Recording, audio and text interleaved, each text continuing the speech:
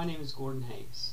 I'd like to take this opportunity to introduce myself to you and let you get to know me a little bit before I start posting some video teachings online.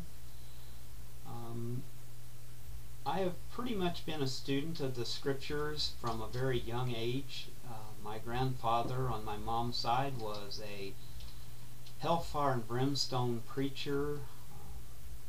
The denomination that we belonged to at the time was Pilgrim Holiness.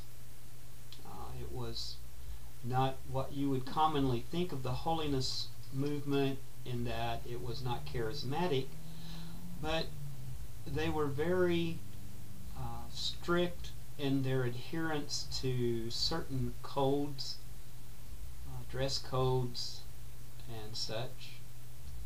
My grandfather would take us uptown in the little town we grew up in and to the courthouse square and show us the 10 Commandments on the stones and show us how that they had been altered. And I believe that probably started a feeling deep inside of me that detested altering of the scriptures. My grandfather passed away when I was in my junior year of high school, and my uncle took over the congregation, and for as much love as my grandfather had, my uncle was young and he was more of the stricter type of individual. So I quit going to church there, and for a period of time I didn't go anywhere, but I continued to study the scriptures through different correspondence courses, having the desire at the time, even at that young age, to become a minister. I set about to train myself in that area, and then I ended up getting married, and things didn't quite work out there, so I began going to a different church eventually in my search for truth and getting back to the original way that the believers in the early centuries held their doctrines. I began attending a Church of Christ congregation. And while I was there, I learned quite a bit about the scriptures, and I did learn of great love for getting to the truth. One of our mantras was, in the truth we should be united. And where the scriptures don't speak so clearly, we should be lenient and kind to our fellow man. After some time there, I began again training to become a minister, but because I had been divorced and was at the time remarried, I was not allowed to speak on a regular basis from the pulpit. I could speak and teach classes on Sunday mornings, Wednesday nights, fill in occasionally when the preacher was on vacation, but as far as having a full-time position as a minister, I was told that that would never occur. While I was there, I spent probably 15 years in this fellowship, and I was remarried, and my wife decided after 10 years that she no longer wanted to be married. She wanted to go home to be with her mom,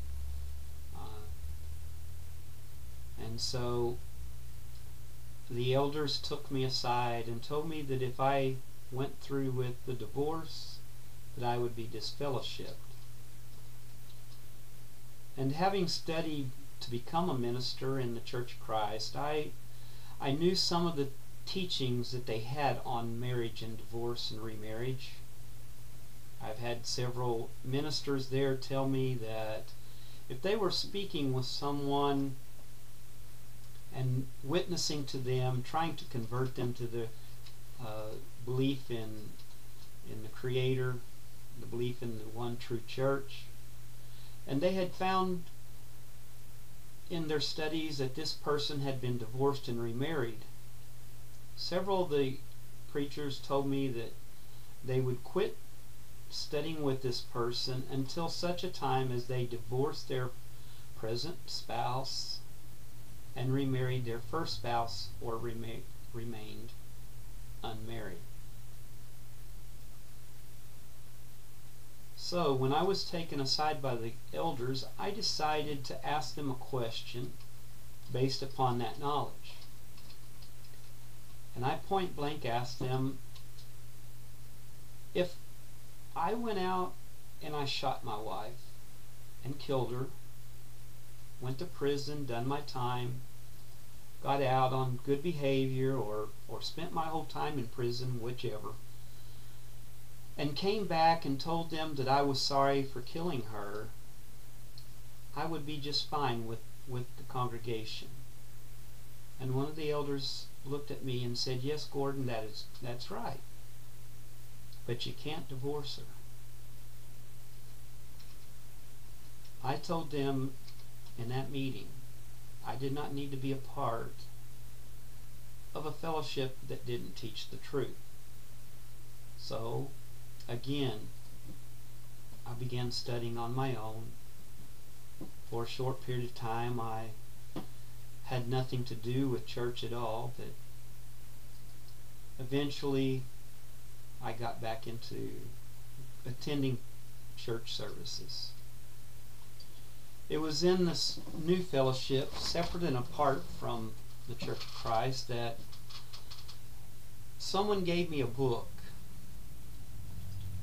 And it was a book about the feast days and how they pictured the whole ministry of the Messiah.